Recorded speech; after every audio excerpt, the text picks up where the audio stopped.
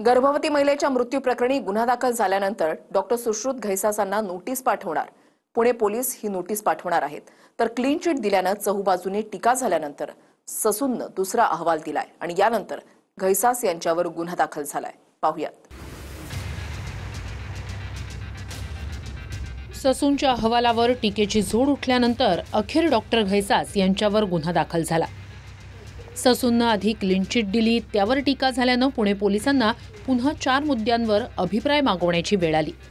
त्यानंतर दीनानाथ रुग्णालयातील गर्भवती महिला तनिषा भिसे मृत्यू प्रकरणी उपचारांमध्ये निष्काळजीपणा, हलगर्जीपणा केल्याचा ठपका ठेवण्यात आला। समितीत ससूनचे वैद्यकीय अधीक्षक यांच्यासह स्त्रीरोग विभाग प्रमुख, औषधशास्त्र विभाग प्रमुख, न्याय वैद्यकशास्त्र विभाग प्रमुख, भूलशास्त्र विभाग प्रमुख आणि बालरोग तज्ज्ञ विभाग प्रमुख अशा 6 जणांचा या समितीत समावेश होता। आधी क्लीन चिट, नंतर ठपका ठेवणारी ससूनची समिती डॉक्टर यल्लप्पा जाधव, डॉक्टर संजय कुमार तांबे, doctor Rohidas Borse, doctor Vijay Jadhav, doctor Surekha Shinde, doctor आरती केणीकर।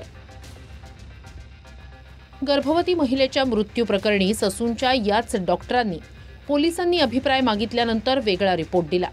ससूनच्या दुसऱ्या अहवालात घैसास यांना दोषी धरण्यात आलं, मात्र या गोष्टी आधीच का नाही झाल्या असा प्रश्न समोर येतोय। डॉक्टर घैसासांवर गुन्हा दाखल। आधीचा अहवालात मंगेशकर रुग्णालयातल्या दिरंगाईचा उल्लेखच नाही।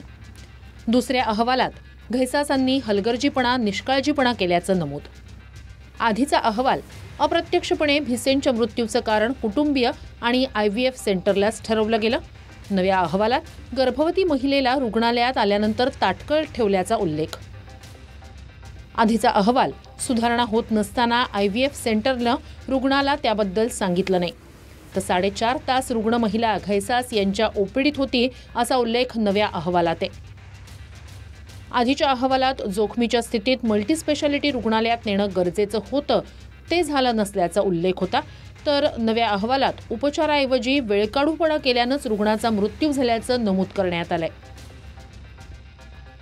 हा अहवाल येण्याआधी विरोधकांकडून ससूननं दिलेल्या पहिल्या अहवालावर टीकेची झोड उठवली होती। ससूननी ज्या पद्धतीने आता नका जो काल परवाच्या 2-4 दिवसाच्या रिपोर्टमध्ये जे काही फेरबदल केलेले आहेत, त्याच्यामुळं तिथले सुपरिटेंडेंट असतील आणि बाकीचे मंडळी असतील यांची CDR तपासल्या पाहिजे अशी मागणी सुद्धा मी याचिकेमध्ये करेल की असं काय घडलं की ज्याच्यामध्ये नका या ठिकाणी ससूनच्या नका या सगळ्या सिस्टीमला शेवटच्या सत्रामध्ये रिपोर्ट बदलण्याची वेळ आली।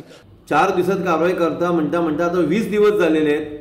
सरकार सुद्धा दिरंगाई करते का असं आमचं म्हणणं आहे।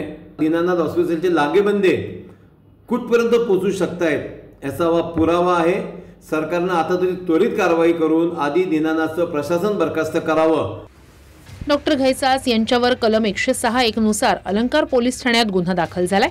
या कलमाअंतर्गत जर कुणीतरी निष्काळजीपणामुळेच दुसऱ्या व्यक्तीचा मृत्यू घडवून आणतो तर त्याला 5 वर्षापर्यंत शिक्षा आणि दंड होऊ शकतो।